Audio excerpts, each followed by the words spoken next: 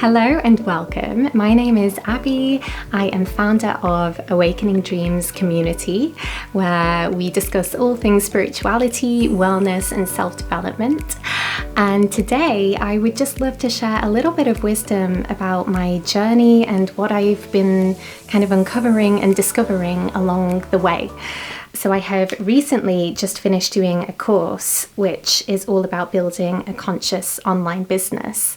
And it has always been a dream of mine and a vision of mine to share my wisdom with others with a view to helping and adding value.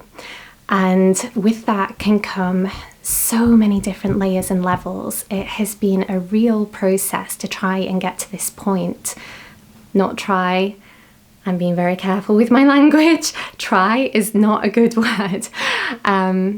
Because if you say you're going to try, it's non-committal. So you're not really committing to doing it if you're going to try, if that makes any kind of sense.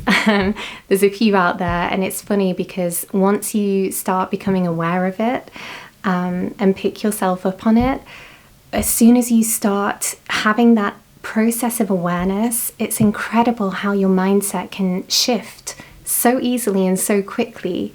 And so that's one lesson I can share with you today, is to just start being curious and being mindful about the language that you're using in your everyday conversations, but also in the language that you are using towards yourself. Because something that has taken me a while to realize is that the subconscious mind does not know the difference between truth and what's not true. So anything that you tell it, it will automatically take it as truth. So if you are talking to yourself in a less than nice way, or not a very supportive and generous way, for example, how you would speak to your best friend, if you are not talking to yourself that way, your subconscious mind does not know the difference. And so it's no wonder that you might get to a place where you're having crippling self-doubt, or you just can't get motivated, or you don't know which direction your life is headed, especially if you're saying things like, I don't know what I'm doing.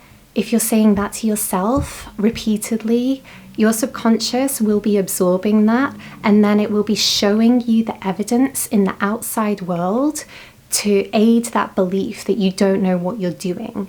So something might come up and it could be a great opportunity, but then you start to doubt yourself, and all of a sudden it's gone again. And then that's another example that you can say to yourself, well, I told you, I don't know what I'm doing.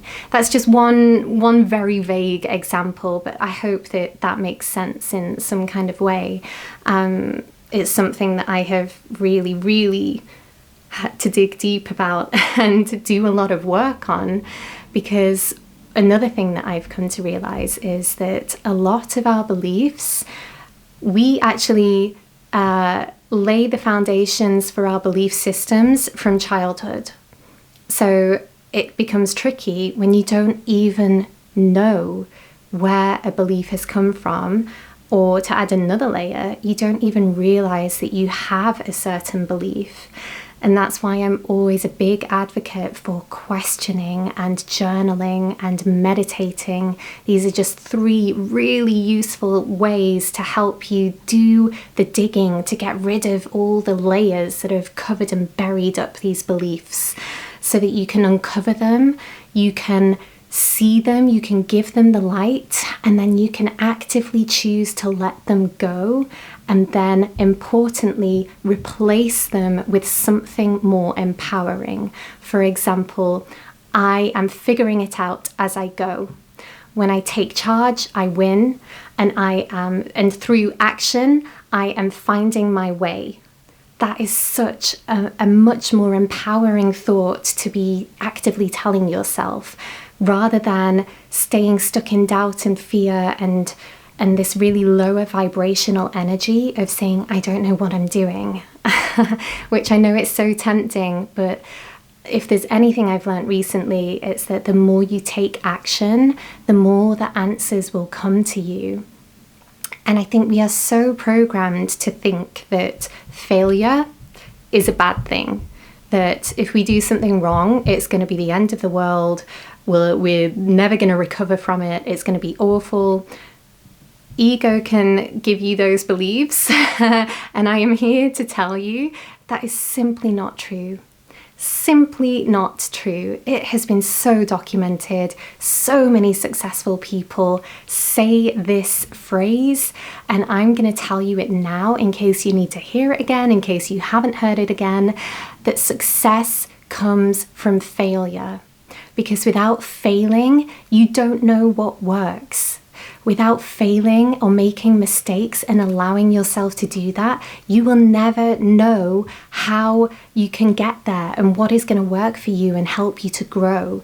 Because how many times do you really feel a growth through your experiences, through something that didn't work, through massive pain of something going really wrong?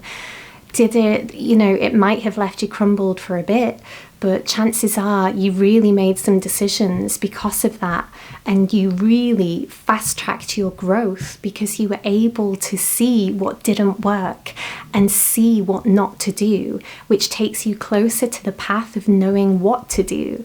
There are so many successful CEOs, business people, entrepreneurs who have built their businesses, they've built their lives. It doesn't even have to be a business. They can be whatever, but they are living a life of alignment.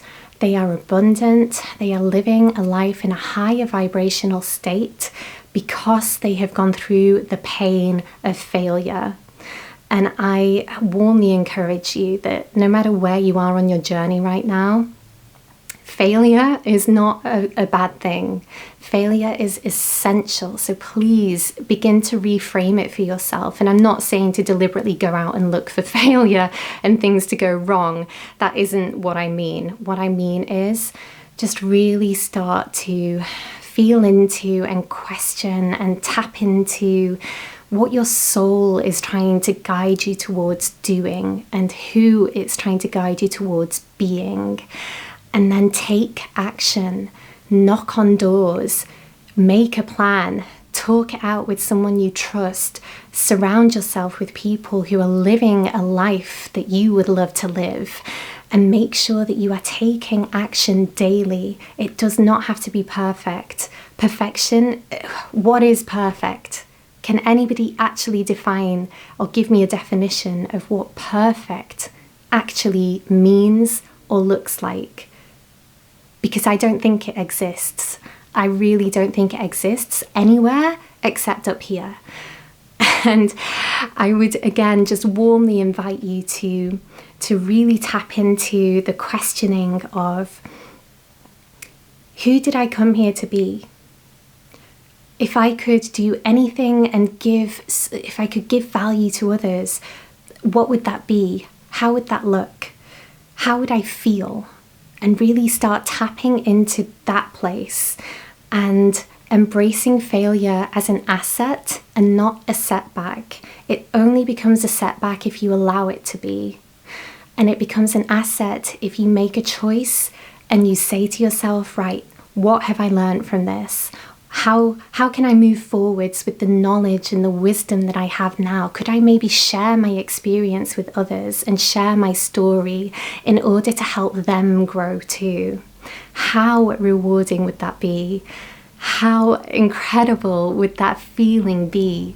And you don't need to sit and visualize for hours on end, even just doing like a couple of minutes just to really tap in with that gorgeous feeling of just incredible value and abundance and helping others, and in doing so, helping yourself.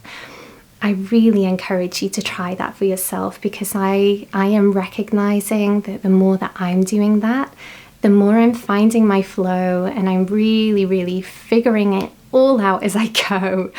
Sometimes I have no idea what my dream life looks like, but I have a tiny inkling, and that is enough to pull me towards wanting to at least take action and see what works and see what I can uncover just from doing these simple daily practices. I really hope that that has been helpful. Please consider subscribing to my channel and liking this video if you found it to be of value. And as always, if you have any questions or suggestions, please do leave me a comment below, and I would love to hear from you. And with that being said, I am going to wish you a wonderful day wherever you're at, whatever you're doing, and just always know that you've got this.